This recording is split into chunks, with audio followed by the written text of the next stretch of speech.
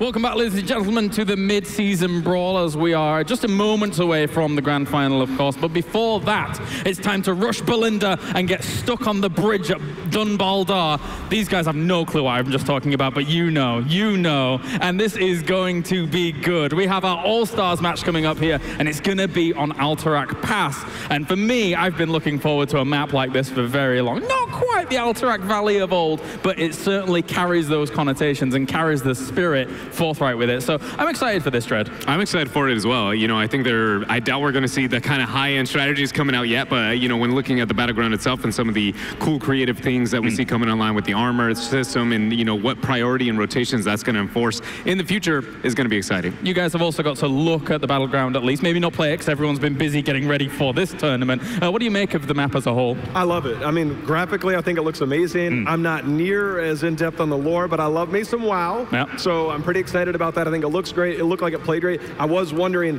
when I read about it, I'm like, wait a minute, double control point. And then when I saw it, I'm like, oh yeah, this is it. And so when I watched the earlier matches and stuff like that, I didn't get a chance to play it. So mine is just, I watched a few games and let's see how it plays out.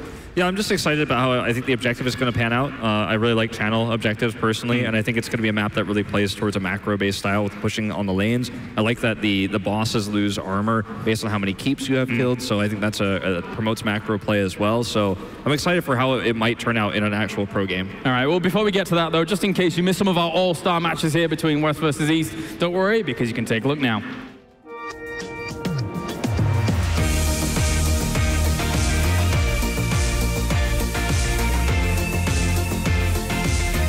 Today's matches will feature double speed and double damage. We haven't come up with a strategy quite yet. I think we're just winging it. What's going to be the strategy? Win 2 of the games, because then, because it's the best of 3, you win. Yeah, Oh, he just swift struck. He's dead. Goodbye. You might not have seen it, but there was a flank there. Hooligan, 7-sided to get the double. Abatro is the most broken hero by far. If you work on the mine, you die. That's simple. I don't think he's going to save the tribute. Oh, Crow! No way! He gets out! He gets the kill! Never see a Hanzo and a Medivh. Oh, he might go down here to the core. East going to take the game. We are going to a game 3 here for the All-Stars match for the 2018 mid-season brawl. Oh, Glaurung swift strike in. Cho'Gall gets exploded. Hooligan blowing up here as well on the Glaurung. Mane does not get able to get out of that flame strike despite the 4x speed. It feels like East is a little upset. It's 19 kills to 6. The gall damage isn't just it. The horse is out. There's one snipe. He's going for 2 snipes. Mene's got to get behind the wall. Close call there. Oh, he's not 1v1 anymore. Cho'Gall ended up dying. Bowie. Oh, he dodged to sleep. Glaurung's going to make it a trade. Nice burrow there. All right, Mene said no more fun. They're going to end the series 2-1. The West takes it to do it again. And the All-Star match here for day 2 is going to go to the side of the West. 很期待，因为也很好玩这个模式，这个全明星。 I'll be honest, I'm not sure how you commentate or observe 4x speed, but you did all right. You did pretty well. I mean, it was a lot of fun. It was pretty chaotic. It was really hard to keep track of the ×4 speed, everything that was happening. People were dying faster than they could be shown on screen. It was just every time I'm like, oh, something, well, no, it already happened. Like, you normally like have a few words as you lead up towards what's about to happen, and it's just like, yeah, you can't have those, you don't have that luxury anymore, Right. so 4x speed was a little bit of a challenge. All right, let's bring our teams onto the stage for this All-Stars match, of course, as West is going to go up against East here for the mid-season brawl.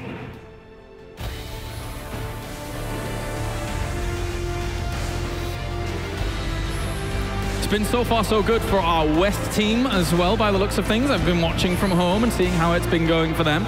Not playing too badly at all, Dread, so far. No, they've been very much holding their own here. I think winning both of the All-Stars matchups that we've had so far, but you know, they were a little bit of fun, a little bit of playing around here. When the memes, the West, we hold our own. But when it comes to the try-hard here on Alterac Pass, I feel like the East is going to have a better opportunity. Yeah, maybe. Important to know as well here that 2 of our players obviously replaced going into the grand final. They want to be able to sit back, you know, get a bit of warm-up and, you know, talk to their teams about going into that final. You're trying to tell me me that I would rather win at MSB than compete at Alterac Pass, that seems crazy to me. Yeah, it's a little bit, yeah. Part of the West motivation, I feel, had to been like, look, I'm tryharding because Rich is on the other team. Despite the memes, I still want to kill you. Yeah, that's fair. That is fair as well. What do you make of how West played? Well, I think that we have to remember that as we go into, sure, it's a new Battleground, but it's I think a more serious, more standard match. We're not looking at times, time 2 speed, times 4 speed, or anything like that. When you go into a serious match like that, first of all, you got to make sure your hair looks great because you're going to be on camera. But second of all, you need to remember that the Team West, who has Bad Benny, of course, sitting in here, is going to have better communication. They all are able to speak fluent English and actually communicate on a high level. And I think that's something that the East may struggle with as we go into a more traditional game of Heroes of the Storm, so to speak. Important to know as well as the best of 3, and you will have, if you've picked or banned a character before, a hero before in a previous game, you will not be able to ban or pick it in the next game. So a little bit of potential variety coming out during this as well.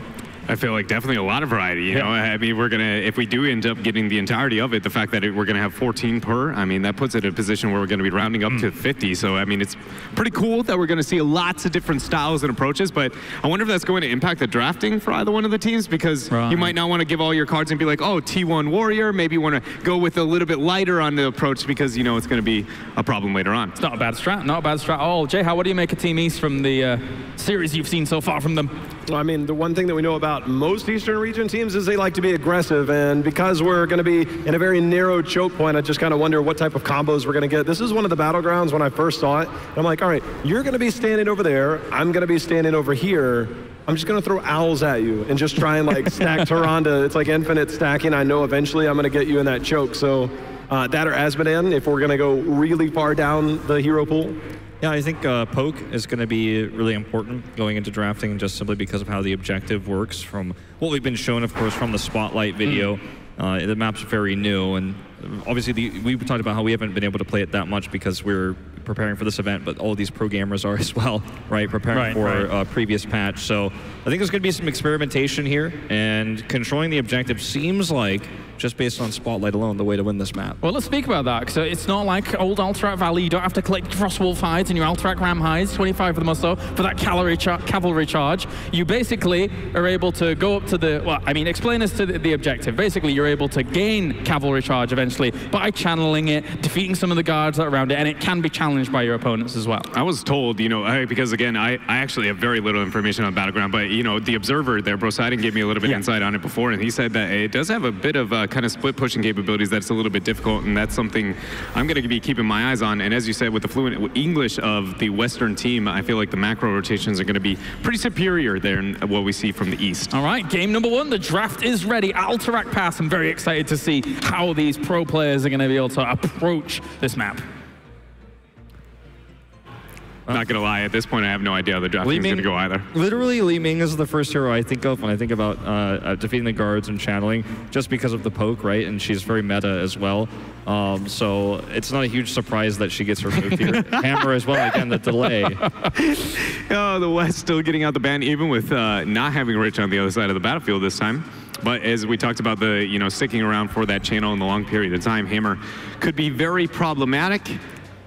Get a pretty generic Genji, though, in the first pick here for East. I mean, if you think about West, they have both Mene and Crowan on that team, so taking a Li Ming off the Battleground definitely makes sense. Yeah, just simply mage control. Dehaka going to come in here for the global, which can be very powerful, obviously, on this map that, at least at first glance, seems to be very macro-focused. And when you talk about the cavalry coming down the lanes, dealing with that while also being able to maintain pressure on the map, global is going to be great at applying that. What do you think about the core mechanic? Obviously, with the Vandar and just being able to, I say Vandar because I only ever want to kill Vandar, not, you know. But beyond that, what do you think about it and how it works out? I personally really like it. Just, my brain immediately goes, how can I break this, right? How many different ways can I manipulate it? If I look to, because with the armor system in place and the fact that you have the opportunity to be able to remove that, you might put yourself in a situation where you just keep one structure alive for a little bit longer than maybe you would expect, kind of feign interest on one side of the battleground, all in onto that structure, remove the armor, and then it becomes a very high probability of making the core. I like the fact that we see that. That being said, with how little I've gotten to see onto it, I have no idea the ins and outs of how I would approach it. Yeah, it's really interesting too, because when you attack the core on a traditional battleground, I see Malthael and Malfurion coming through, the tongue twister duo here, and 2-3 rotation. I think it's cool to think about how when you attack a core, it reacts predictably, right? It attacks you, it has some slight AoE damage, you know what it's going to prioritize. But when you talk about these cores, these heroes that serve as the core, they have abilities, they move around. You know, you can't just make a core call on a whim because you got 2 picks and you think you can just do enough damage to kill the core. You have to play around what the mechanics of the boss themselves are going to do. I tell you, I love it, because back in the day when you hadn't killed, you know, either Belinda to bring down power and then or taken down the towers and stuff like that, you do not go to the boss. You do not go, because they are super powerful. So maybe there's a little bit of power there as well. Is it safe to assume that Malthael's percentage-based damage works like it would against like an immortal? See, you're asking questions that I've been wondering since the moment they announced armor goes to the core, because there are so many questions about the vulnerability, and then if it doesn't act as a traditional core and in theory is a boss, then how many kind of vulnerabilities, like for instance, Hunter's Mark, right? Like, I don't think that is going to be applicable in this type of situation, but those are the things when I said I want to break the game, and that is exactly where my thought goes. So I like that fact that we get the Malthael, but to be honest, I'm not quite sure, because again, they claim it's not the core, but it kind of is at the same time. So what does that mean for these type of damages? Exactly. Given the fact that they prioritize the Malthael, I think they know more than we do. And it does feel like this is going to be the East trying to play for the map a little bit more than the West. The West is trying to draft a traditional comp that you could maybe even see in this tournament with the Vala double support coming through. Well, at least we would assume the last pick would be a traditional support. The Malfurion obviously great at poke as well for some of the interrupts we were talking about on channeling earlier. Genji going to be similar in that regard. Well, the other thing is, if you're Malthael and you want to attack the core and test those mechanics, you have to get there first. Yeah. So I guess it's got to be good that you can actually get a keep down and we can test that. But East, Tracer, she's pretty popular. Ooh. Can Hanzo scatter arrow off the boss? Does it count as a territory? Or I don't think it's a building. Yeah, but I mean, see, these are the questions I have. I need to know. I wish I had gotten time before this tournament to actually do that, because that's immediately one of those things. Because we look at Malthael and go, can't damage the core, one of the weakest cores. But is this one of the situations where he's one of the best core racers that we have? I know Hanzo wouldn't get the same value because it'd have to count as an actual hero for it to get that impact, but I don't know. I'm really curious to see what we have in game one. In my mind, I'm nerding out on like a mini 10 years of nostalgia. You're just like you're dropping a Lornado. You're legitimately just like, oh my goodness, Alterac Valley. But did any of you play Alterac Valley? I played Alterac Valley. A little bit? Yeah, quite a bit. Oh, okay. I never got to play it.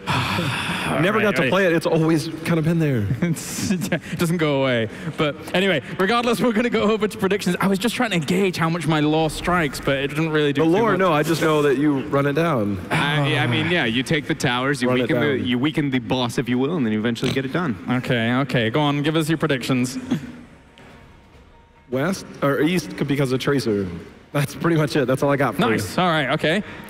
West because they've won the past two, so I'm just going to stick with that. Okay. East because West didn't get mages.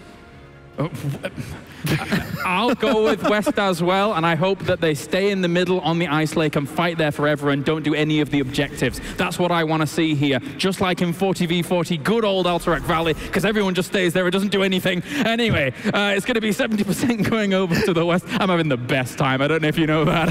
And we can head over to our commentary team, bringing us this first match. Guys, what do you think?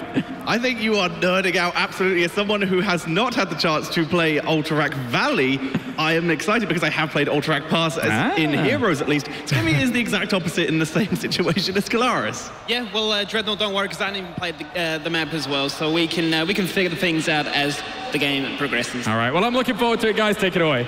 All right, and also quick shout out from someone in the crowd to one of our Russian casters, Fortis, who is also very likely going to be rooting for Team West as we are getting ready to head into the map. The first cast, I would argue technically, on Alterac Pass here, as we are loaded in.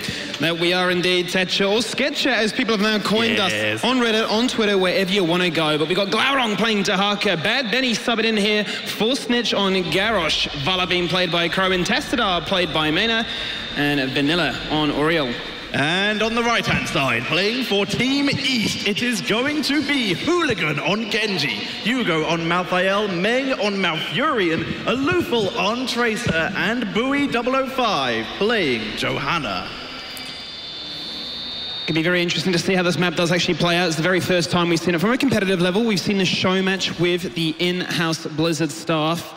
But this time we're going to see how the pros try and tackle it. Lots of different objectives to try and go about. You've got the cavalry, obviously the massive objective with the ability to get the extra movement speed and the extra attack speed to push down those lanes. And it makes sieging so damn strong.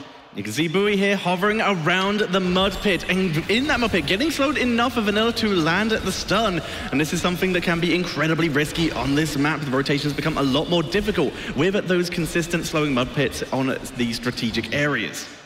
Especially with that new rule set where you cannot pick the same hero twice. That's yes. including bans, so 14 heroes instantly taken off the board going forward. We're going to see some heroes having some very interesting interactions. You mentioned the slowing mud pits.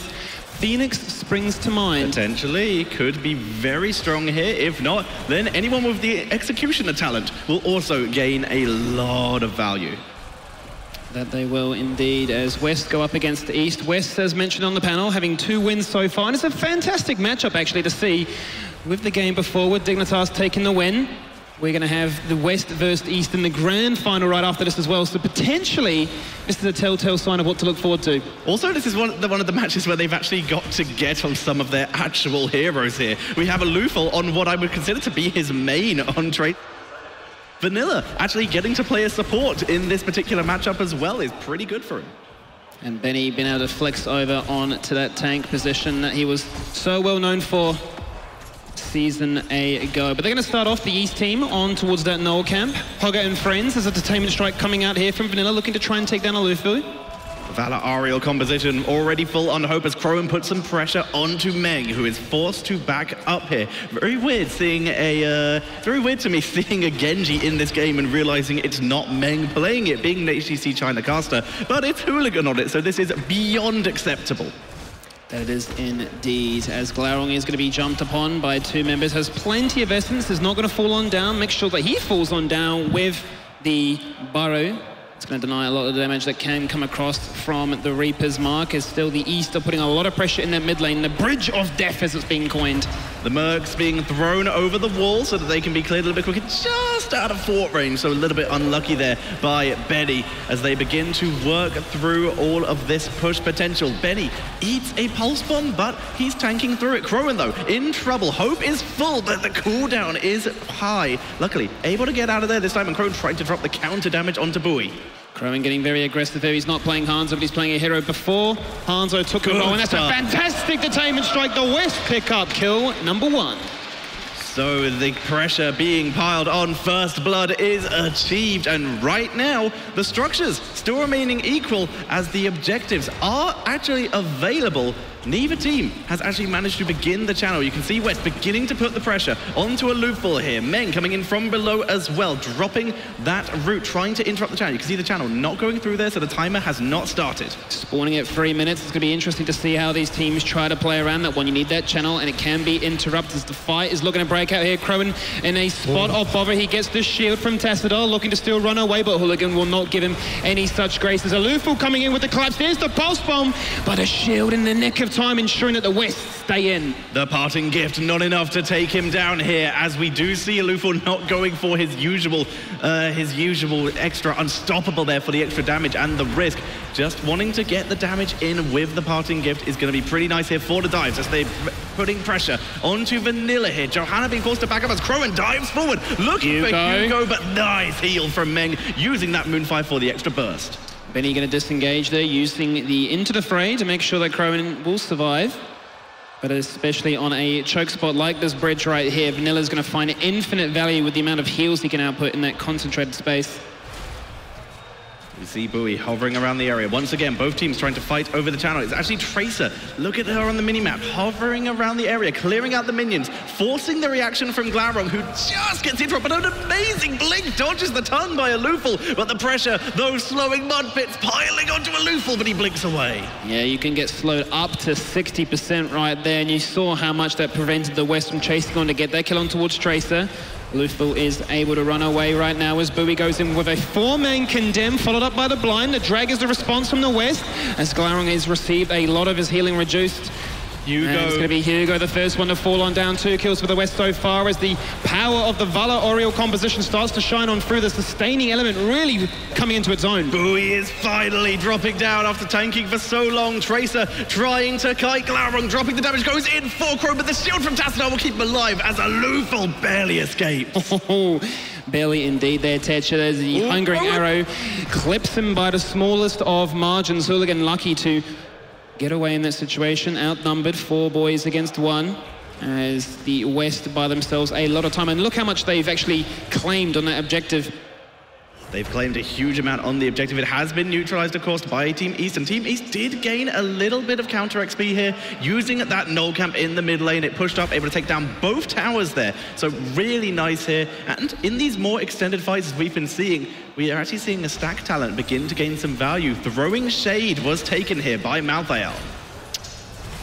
Hugo wanted to try and throw some shade literally and figuratively at the West team. Alufu sneaks that one in. The defenders, the Stormwind guards. The defenders do channel, so he does need to deal with this because it does pause the duration, I don't think. I'm not entirely sure, I haven't seen it myself, but it can still stop it. Everyone being forced to retreat now, so West will cancel this as it reaches the halfway point as they begin to move forward. Glaurung looking to try and complete the first objective and get that cavalry.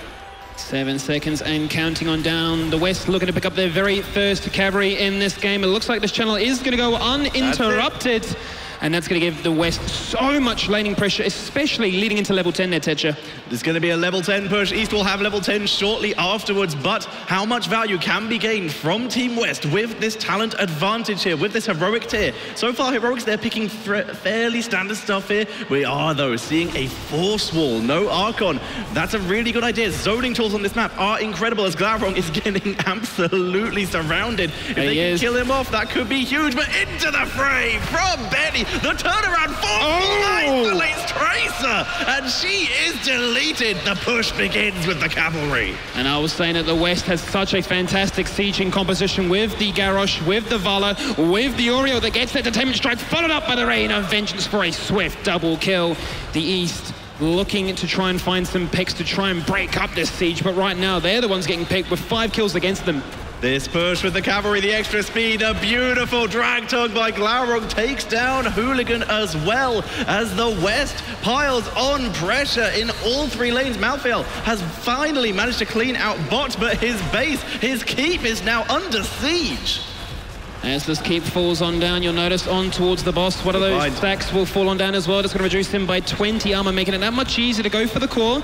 A very unique mechanic, the first of its kind here in Heroes of the Storm. And the keep is going to fall on down, but the question is how many of the East will fall on down as well as Malf is the first to go. Malthael's getting zoned away. He can't get the Tormented Souls, finally able to dive in, but the immediate taunt, he gets absolutely destroyed as the push comes onto the boss. Bowie dropped low, but the spin from the boss has done so much damage to Team West here. The Dragon Blade coming in, but the shields from Tassadar are doing so much work here as the boss begins to fall. We might be seeing him go for the core end right there as Drekfar gets leashed. He's going to be pulled back.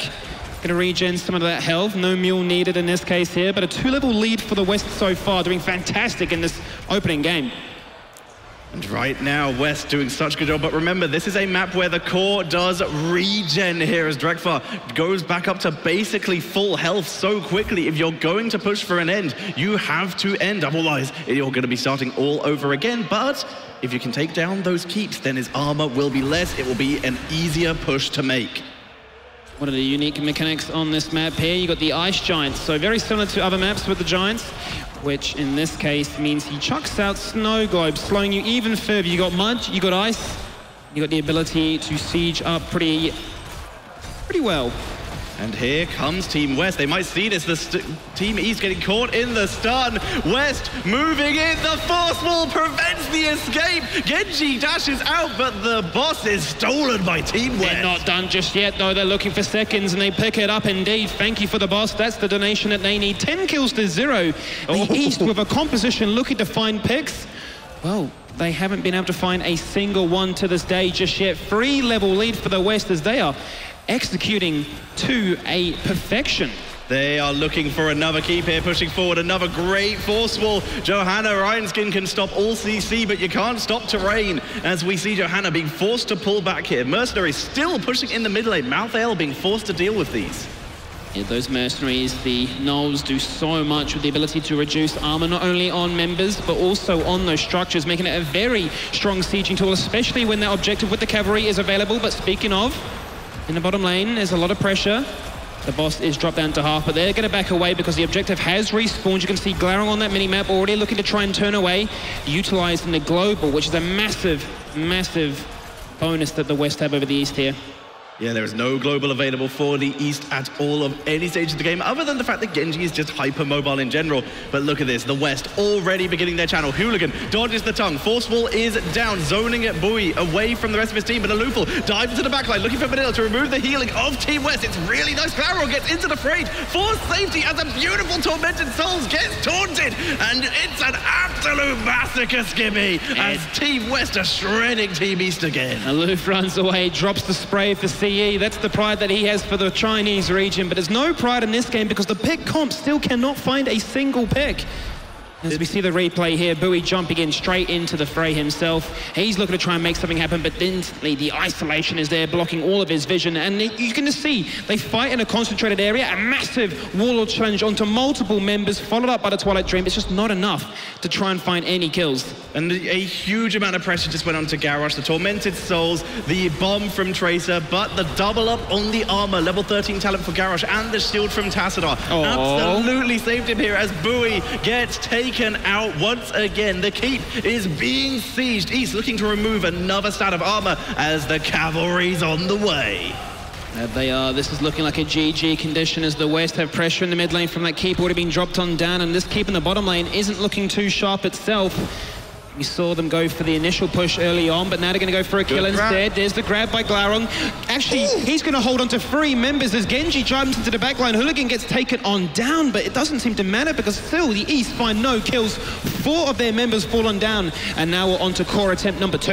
Malfurion and Johanna, well known for their damage output here, not going to have an easy time as we see Team West burning down the core, and that is GG as Team West takes game number 1. Game number 1, and very convincing to say the least. East versus West. They've won every single All-Star match to date. Day number 1, day number 2, and they come out guns blazing day number 3. Really, really impressive, but how is this going to translate with all of those high priority heroes? The Dahaka for Glaurung, the Ariel Valor combo being removed from the pool as they have already been used in this first game. Yeah, it's going to be quite interesting to see when we get down to that last stretch of the hero pool, actually where people start to go with it, how they start to get creative. Are we going to see a big focus on specialists, for example? Are we going to see like the Esmedan for the ability to double in power, not only with the cavalry, with the minions, but his own Hell General? So there's going to be some unique strategies that I'm sure that these pros are going to be looking to exploit. And that's a wonderful question, Skimmy, and you know who I think can answer this? It's our panelists. We will send it right back to them. That's right, thank you very much, guys. Number 1 in the bag here for our best of 3. Team West, making it look like Team East is just farming Iron Deep Mines. What's going on? What are you doing? You don't need supplies? All right, I'll calm down. But overall, Team West looked good. It is amazing how enthusiastic you can get purely off these Alterac Valley references. It is ridiculous. Yeah. Anyways, I mean, again, it comes down to, I think, a little bit with the macro on the side of West and the fact that they had the ability to communicate, especially when looking at, I don't know the proper terminology for whatever that bottom mercenary was. That was a very, tough situation to be if you were an East fan. I think it's important to know as well, when you look at the map, it's so good to be able to push with the objective because it gives you that buff. You're able to do a lot of damage with it, and it certainly paid dividends there. Yeah, we often have to talk about the comp that the West used was pretty meta. The comp that the East used was Malfurion for Tracer Genji as a solo support with Malthael, which didn't end up being too impactful because they never got to attack the core. We didn't learn anything about that in that game. I went back and asked Trick, and he said that apparently it is more like a structure to where Malthael wouldn't be able to get the effective assist. It is coded all in the sense that it is a structure. So sadly, no Malthael passive race. Let's check in with